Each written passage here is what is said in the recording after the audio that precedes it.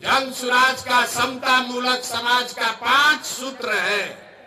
नौकरियों में आरक्षण जो है वो बना रहे, लेकिन साथ साथ जनसंख्या के आधार पर राजनीतिक भागीदारी मिलना ही चाहिए। तो अति पिछड़ा समाज को जन सुराज से 70 सीट, विधानसभा में 70 सीट अति पिछड़ा समाज को दिया ही जाएगा। यहाँ जितना इस रोड पर दल वाला है, यहाँ बगल में एक दल है, एक पीछे दल है, एक उसके पीछे दल वाला अपना बंगला कब्जा किया है। ये तीनों लोग मिलके 70 आदमी को अति पिछड़ा समाज का टिकट नहीं दे सकता है। जन सुराज के नेताओं ने तय किया है, नहीं, इस बार 70 अति पिछड़ा समाज के काबिल लोग बिहार में चुनाव लड़ेंगे। तो पहला है नौकरियों में आरक्षण बना रहे, दूसरा है जनसंख्या के आधार पर आपको राजनीतिक भागीदारी मिले, लेकिन 3 और बात, शिक्षा के लिए जब तक गरीब का बच्चा पढ़ेगा नहीं तब तक उसको आरक्षण का लाभ नहीं मिल सकता है।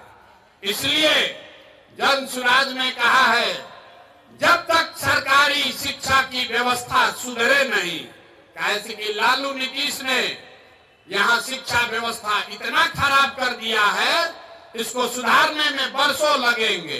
तो जन सुराज ने कहा है, याद रखिए, जब तक बिहार में सरकारी शिक्षा की व्यवस्था सुधरेगी नहीं, तब तक गरीब से गरीब आदमी आप अपने बच्चे को प्राइवेट स्कूल में भेजिए, उसका खर्चा फीस सरकार के ओर से दिया जाएगा, ताकि गरीब से गरीब का बच्चा भी बढ़िया अंग्रेजी मीडियम स्कूल में पढ़ पाए। चौथी बात है भूमि सुधार।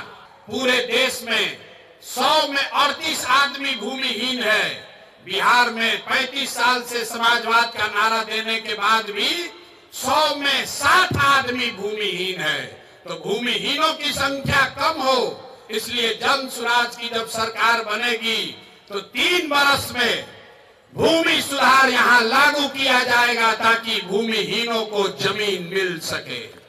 ये जन सुराज का समानता समता मूलक समाज बनाने का चौथा आधार है। और 5वां आधार है पूंजी वितरण में समानता। आपके गांव में जिसके पास भी पैसा है, उसके पास पढ़ाई नहीं है, जमीन नहीं है, लेकिन अगर पूंजी है तो कोई ना कोई रोजी रोजगार दुकान व्यापार करके लोग अपना जीवन चला रहे हैं। लेकिन समाज में जो लोग पीछे छूट गए हैं, उनके पास पूंजी की उपलब्धता नहीं है। आप बैंक में जाते हैं, गरीब को कोई लोन नहीं दे रहा है। तो जन सुराज के समता मूलक समाज का 5वां आधार है पूंजी के वितरण में समानता।